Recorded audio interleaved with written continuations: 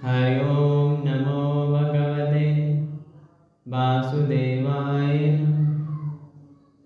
श्री कृष्ण परमात्मे नमः।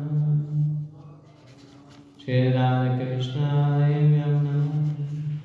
श्रीमद्भागवत पुराणाय नमः। श्री दशम स्कंदाय नमः। ओम श्री देवकी नंदनाय नमः।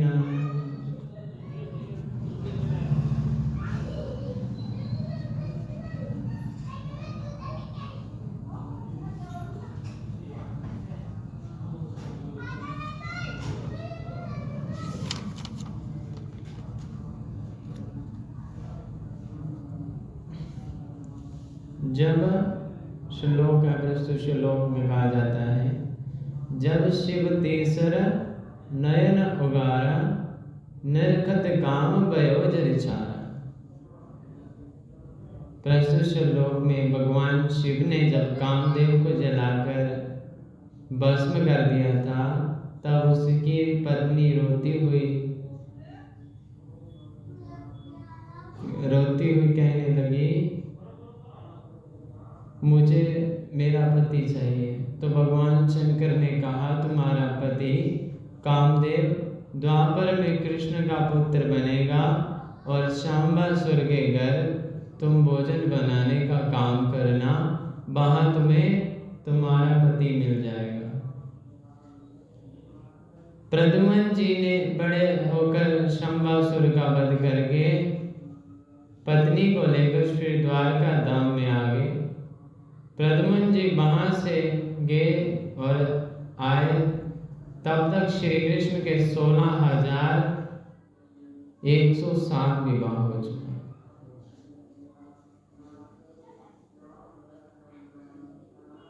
और प्रभु के पूरे विवाह 16,108 हुए। लेकिन एक बात कहें, भगवान के 16,108 तो विवाह होकर पत्नियां हैं और वह सबके पति हैं। बहुत सर्वव्यापी है, परमात्मा है और परमात्मा वो हमारे भी पति हैं और परमात्मा ही सबके सच्चे पति हैं। परमात्मा के अलावा जगत में कुछ भी नहीं है। भगवान का दूसरा विवाह बालू की बेटी जामावंत जी की पुत्री जामावंती जी से हुआ और जामावंती जी के साथ भगवान का दूसरा विवाह हुआ। परीक्षित बड़ी ही उत्सुकता से सुन रहे हैं। बोले, गुरुवर मेरी समझ में नहीं आया कि बालू की पुत्री कृष्ण की पत्नी। सुखदेव जी महाराज कहते हैं, राजन, द्वारिका में एक राजा आए थे, उनका नाम था सत्राजित। सत्राजित महाराज बड़े प्रतापी थे। उनके पास एक मणि थी, उस मणि का नाम संयमंतक मणि, और उस संयमंतक मणि का 10 घंटे नित्य पूजन करने से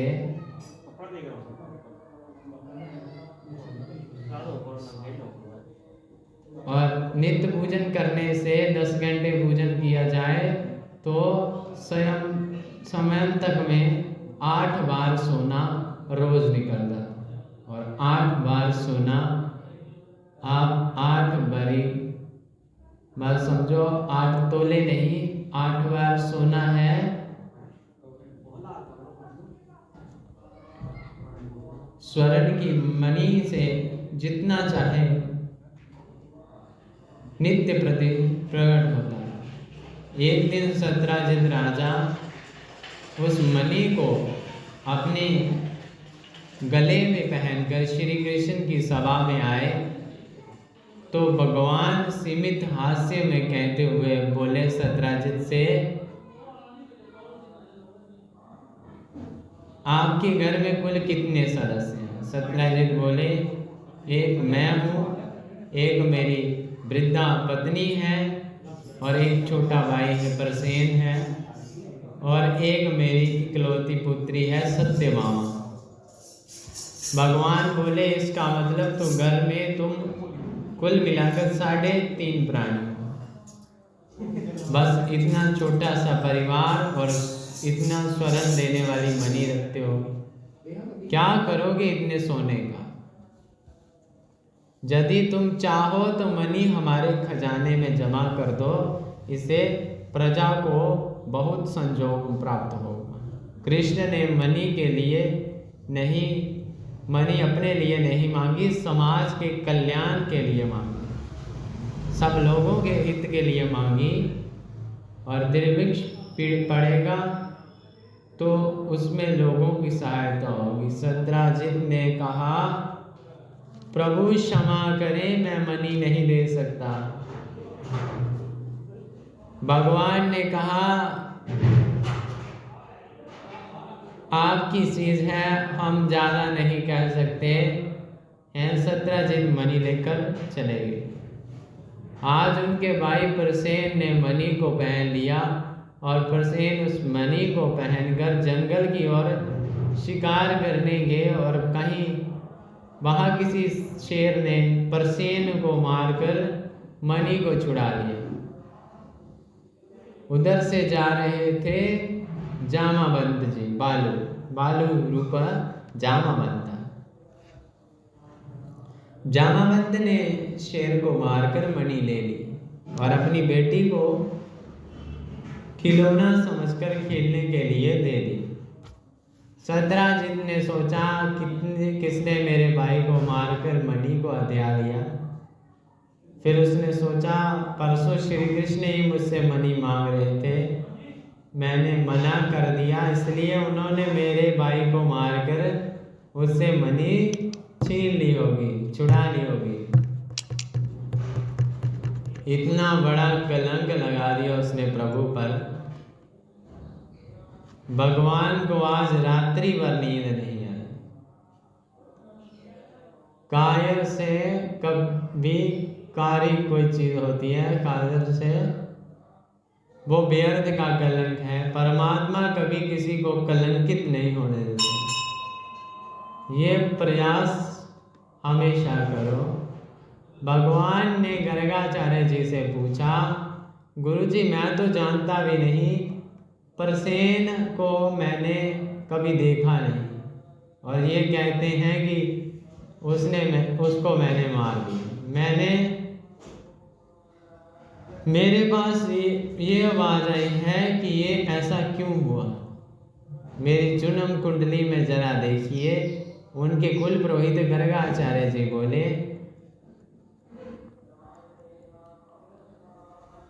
कन्हैया तुमने चौथ का चंद्रमा देख लिया, चौथी का चंद्रमा देख लिया होगा। पादों में चतुर्थी के दिन चंद्रमा देखने से प्राणी को कलंक लग जाता है। और भगवान 10-5 लोगों को लेकर जंगल में गए, जहां प्रसेन मर पड़े थे। उन्होंने देखा कि जहां प्रसेन मरा पड़ा था वहां शेर के पैरों के निशान थे, और जहां शेर मरा पड़ा था वहां रीछ के पैरों के निशान थे। और रीछ के पैरों के निशान देखते देखते भगवान श्री कृष्ण गुफा के दरवाजे पर आए। गुफा के अंदर प्रवेश किया तो बालू स्वरूपीय जामावंत जी बैठे। कौन है कहकर जामावंत जी ने कृष्ण को मारने के लिए दौड़े। दोनों में भयंकर युद्ध छिड़ गया।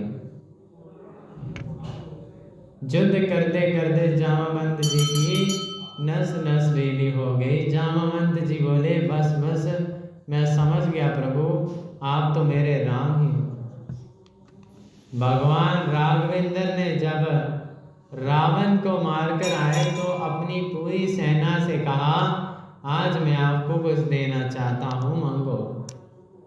किसी ने प्रेम मांगा, किसी ने भक्ति मांगी, किसी ने श्रद्धा मांगी, किसी ने पूजा करने की शक्ति मांगी, लेकिन जामवंत जी शांत बैठे हैं। प्रभु ने कहा, जामवंत जी आप कुछ मांगे। जामवंत बोले, क्या मांगू भगवान? रावण से हमने युद्ध तो किया है, पर रावण की सेना में मेरी टक्कर का कोई वीर नहीं था।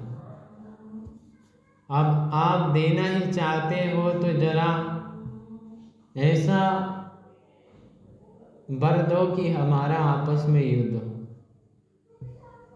दो दो हाथ हो जाए, ये मेरी इच्छा है।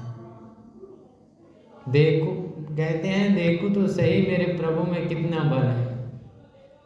भगवान ने कहा ऐसा नहीं हो सकता, स्वामी और भक्त का युद्ध होना मर्यादा के अनुकूल है,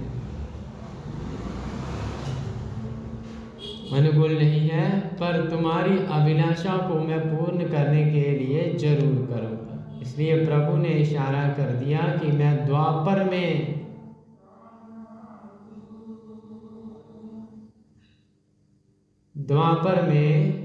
आपकी इच्छा पूर्ण करूंगा। और जामवंत जी युद्ध के बाद समझ गए ये प्रभु श्री राम हैं। जामवंत जी ने मणि श्री कृष्ण जी को समर्पित करते हुए बोले, भगवान जी मणि ही क्या, मेरी पुत्री भी स्वीकार करो, ये भी मणि स्वरूपिणी है। मैं तो अब एकांत में आपका भजन करूं। जामवंत जी ने जामवंती का हाथ पर मणि रखकर श्री कृष्ण को सौंप दी। और जामवंत जी परम सुंदरी थे। भगवान जामवंती को लेकर आए, सत्राजित को मणि वापस कर दी। सत्राजित को रात भर नींद नहीं आई। मैंने अपने द्वारकानाथ को कलंकित किया, कितना बड़ा अपराध किया है मैंने। अपनी बेटी सत्यभामा को प्रभु ने को देने की इच्छा व्यक्त की। प्रभु बोले, मैं बेटी आपकी हम ले लेते हैं, पर मणि नहीं ले। इस प्रकार भगवान का तीसरा विवाह सत्यभामा से। भगवान के पांडवों के यहाँ घूमने के लिए पीछे से अंकुर जी, सुधनवा नाम के व्यक्ति को भड़का दिया अंकुर जी ने, और राजा सत्राजित को मारकर मणि ले ली सुधनवा। तब पिता की मृत्यु का समाचार सुनकर रोती हुई सत्यभामा जी हस्तिनापुर गई और वहां जाकर भगवान श्री कृष्ण से बोली, आप यहाँ खेल खेल रहे हैं, उधर मेरे पिताजी महाराज को सुधनवा ने मार दिया और मणि भी हथियार ले ली। ससुर जी की मृत्यु का समाचार सुनकर श्री कृष्ण ने सत्यभामा जी को गले से लगाकर इतने रोए कि मुझे बहुत कष्ट है कि मेरे ससुर जी को मारने वाले को मैं छोड़ूंगा नहीं। सुखदेव जी कहते हैं, इतने जोर से रोए प्रभु। राजा ने पूछा, काहे को रो रहे हो भगवान? प्रभु बोले, पत्नी के पिता मर जाने पर नहीं रोने से सत्यभामा जी को बुरा लग जाएगा, और नाटक करने में तो प्रभु सबसे आगे है। ऐसा लगा सत्यभामा को कि भगवान दुखी है, तो सत्यभामा का दुख बट गया। लेकिन सुधनवा को मारने के बाद भी भगवान को मणि नहीं मिली। बलराम जी बोले, घर में देखिए तेरे ही पास होगी।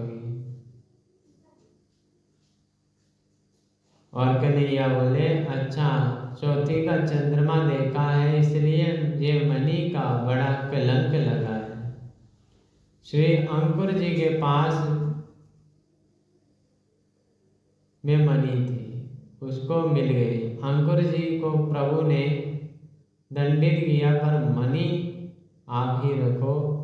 10 घंटे रोज मणि की सेवा करनी पड़ती थी। भगवान ने कहा, आज से 10 घंटे पूजा आप करोगे अंकुर जी को।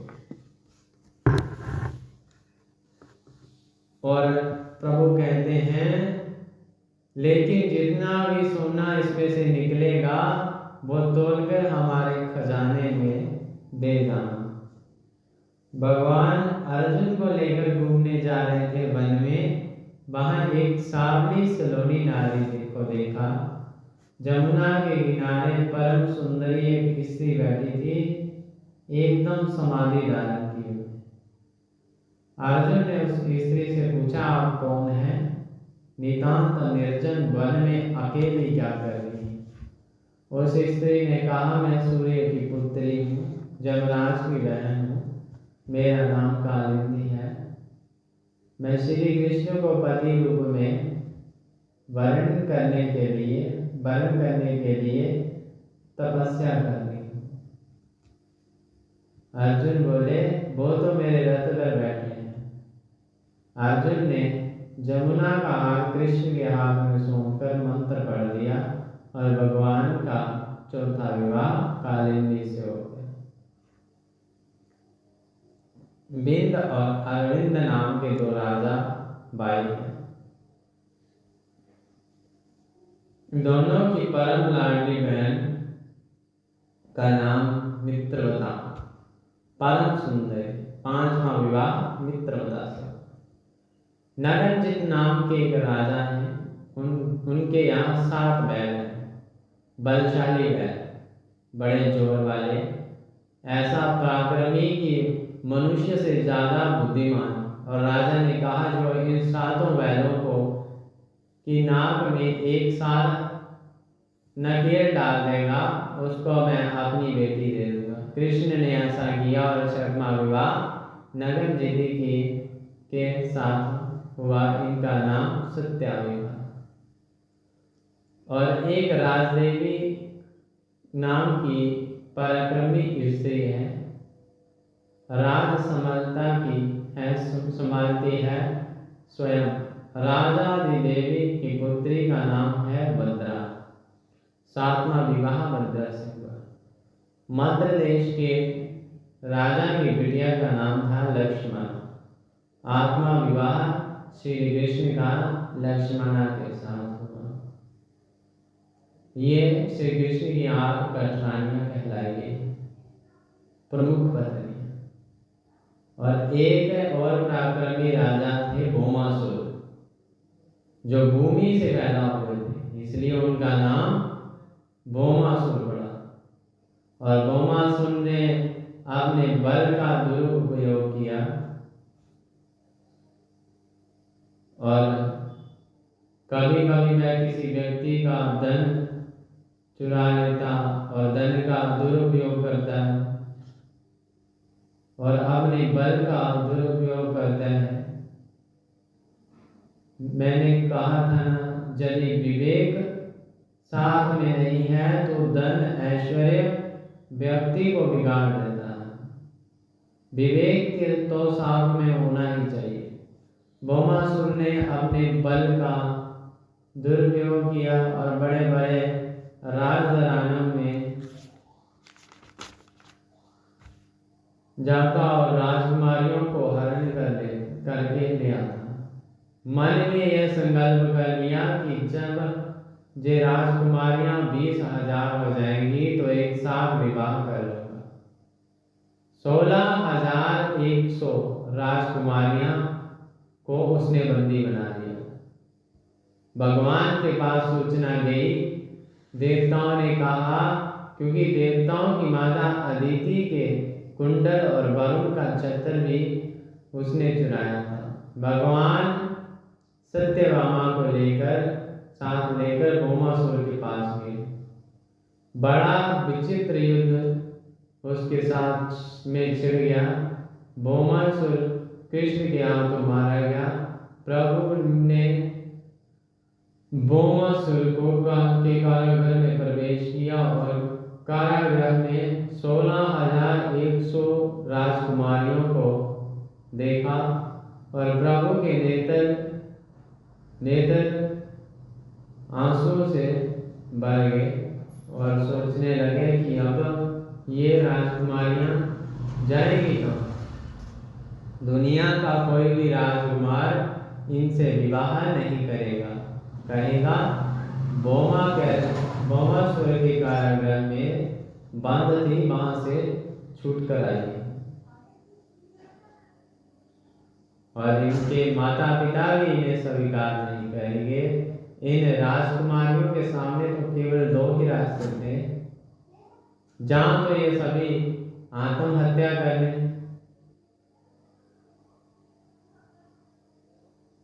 और जहां भगवान ने उन राजकुमारियों से कहा, तुमने मन में कोई अन्यथा विचार नहीं किया हो तो मैं आपको अपनी पत्नी के रूप में स्वीकार करता हूं। हमारे प्रभु ने उन 16,100 राजकुमारियों के संग एक मुहूर्त में विवाह कर लिया। यदि श्री कृष्ण ऐसा नहीं करते परीक्षित, तो बताओ समाज में कितनी बड़ी विकृति पैदा हो जाती। वह राजकुमारियां तो जन्म हो गई कि श्री कृष्ण ने पत्नी रूप में स्वीकार किया और मानवीय गुणों से जीने का अधिकार प्रदान किया। बोल सच्चे दरबार की जय। सच्चियों तो हमारी माता तेरी सदा की जय। बोलो श्री राम जय